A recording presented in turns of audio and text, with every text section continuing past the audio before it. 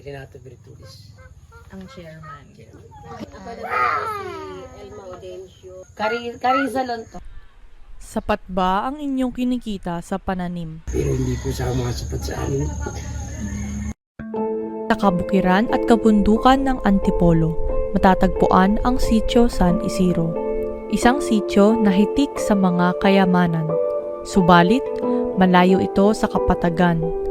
Kung kaya't walang sapat na elektrisidad, walang mga pasilidad gaya ng palengke o ospital. Dahil din sa layo nila sa syudad, walang sapat na trabaho para sa lahat. Kaya, hirap pagkasyahin ang 3,000 sa isang buwan sa 3 hanggang 5 katao sa iisang pamilya. Sa aming pagpunta sa iba't ibang komunidad, aming natagpuan ng San Isidro Vegetable Farmers Association. Kapansin-pansin ang kanilang pagiging madiskarte sa buhay upang hindi gaanong maramdaman ang kakulangan sa elektrisidad, pasilidad at kanilang kinikitang salapi. Hindi rin may tatanggi ang kanilang dedikasyon upang makilahok sa mga programang makakatulong sa kanilang pamumuhay.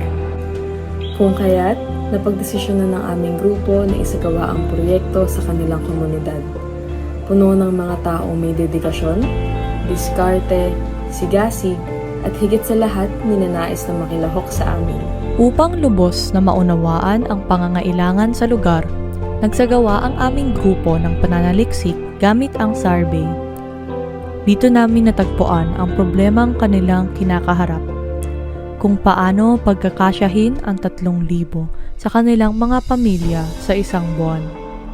Kulang din talaga. Matapos nito ay agarang na pagkasunduan namin na magsagawa ng isang tulong panghanap buhay na angkop sa kanila, ang paggawa ng atsara. Upang magkaroon ng karagdagang kita sa gulayan, naisipan ng grupo na gumawa ng produkto sa pamamagitan ng kanilang pananim na gulay. Sapagkat kadalasan hindi lahat ay nabebenta at maliit lamang ang kita kung ibebenta nila lamang ang mga gulay. Matapos nito ay nagsagawa ng fundraising event ang grupo upang makakalap ng kapital na gagamitin.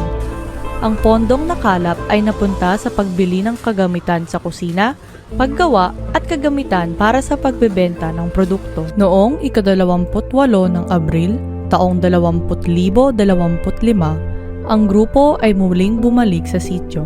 Sa araw na ito, isinaayos ng grupo ang pasilidad na gagamitin. Nagbigay din ang grupo ng mga kasangkapan sa kusina, mga sanitary ware at packaging materials upang maisagawa ang produktong atsara. At isinagawa ang seminar at pagsasanay. Nandito po kami para magbigay kaalaman po sa inyo at saka magbigay po ng livelihood project na talaga po magkakakitaan po ninyo. Naglalayong magbigay ideya sa gagawing tulong panghanap buhay. Dito tinalakay paano kikita sa pamamagitan ng pagtatanim ng mga gulay, paano ang proseso at dibisyon ng trabaho, at paano ang hatian sa posibleng kikitain sa pagbebenta ng produkto. Isinagawa rin ang pagsasanay kung saan tinalakay ang tamang paggamit ng mga kasangkapan, paghiwa ng mga sangkap na gagamitin sa paggawa ng produkto, hanggang sa pagkakabit ng labeling sa mga natapos na produkto. Lahat ng mga nakilahok sa seminar ay talagang naingganyong matuto at ipakitang gilas ang kanilang kakayahan sa paghihiwa at pagluluto.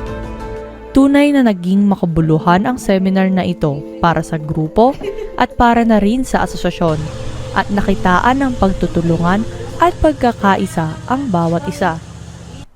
Pagkatapos, kami ay nagsagawa muli ng survey upang matukoy ang kanilang perspektibo sa aming ginawang aktibidad.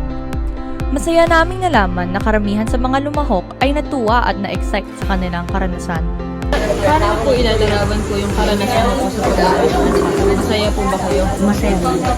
Masaya kami magtutulong po kami sa mga naman.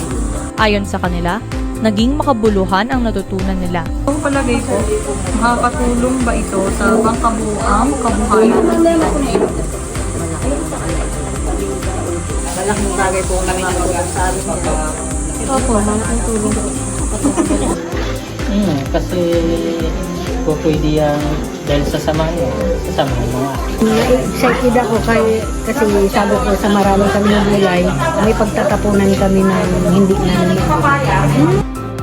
Bilang mamamayan ng Antipolo, nakakagulat na mayroon pa palang ganitong lugar sa syudad na walang kuryente at puro taniman pa.